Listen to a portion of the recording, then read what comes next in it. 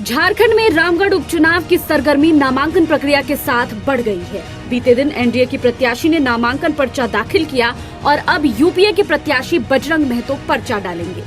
अब चुनाव होना है, नतीजे आने में अभी समय है, लेकिन यूपीए अभी से ही जीत के खुमार में है। कांग्रेस के कार्यकारी अध्यक्ष बंधु तिर्की उपचुनाव काल के बीच केंद्रीय मंत्री के झारखंड दौरे को किसी भी किस्म का गेम चेंजिंग ट्रिक नहीं मानते।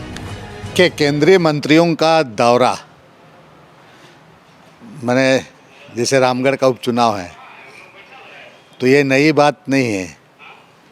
आपने देखा होगा कि मांडर उपचुनाव में भी नड्डा साहब का यहाँ पर प्रोग्राम था। तो ये कोई नई बात नहीं है, इनसे कोई असर होने वाला नहीं है। राज्य की जनता जानती है, समझ चुकी है। कल जो माननीय गृह मंत्री आकर जिस तरह से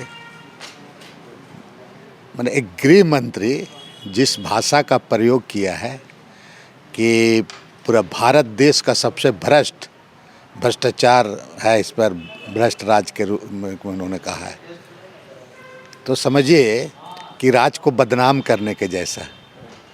आपको कौन चीज़ भ्रष्टाचार, अगर ऐसा भ्रष्टाचार हो रहा है तो आपके यहाँ विपक्ष में आपके यहाँ विधायक दल के नेता हैं, प्रदेश के अध्यक्ष हैं, आप कुछ प्रमाण तो करना होगा ना कि ऐसा कौन चीज़ हो रहा है कि पूरा माने कि आप राज को बदनाम कर रहे हैं। और इस तरह की भाषा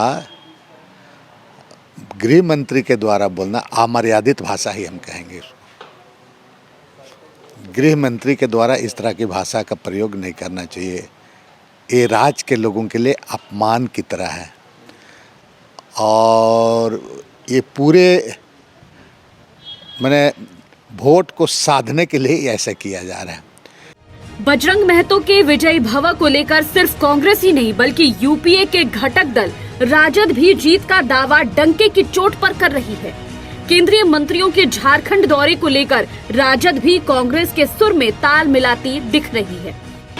देखिए, वहाँ यूपीए का सीट रहा है और जब यहाँ उपचुनाव हुआ झारखंड में तब यहाँ यूपीए महागठबंधन की जीत हुई है और इस चुनाव में भी यहाँ यूपीए गठबंधन की जीत होगी, क्योंकि भारतीय जनता पार्टी का जो मुगालते में जो नेता लोग हैं, बड़े बड़े वादे, बड़े बड़े कस्में।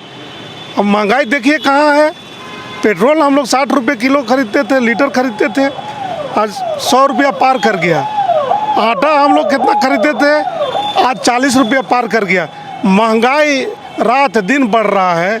प्याज के दाम आप याद कीजिए, जब भारतीय जनता पार्टी की सरकार नहीं थी केंद्र में, जब यूपीए की सरकार थी तो वहाँ तेल का दाम बढ़ता था, प्याज का दाम बढ़ता था, तो भारतीय जनता पार्टी के एक नेत्री माला पहन के प्याज का और लोकसभा में चला। अब कहाँ चला गया?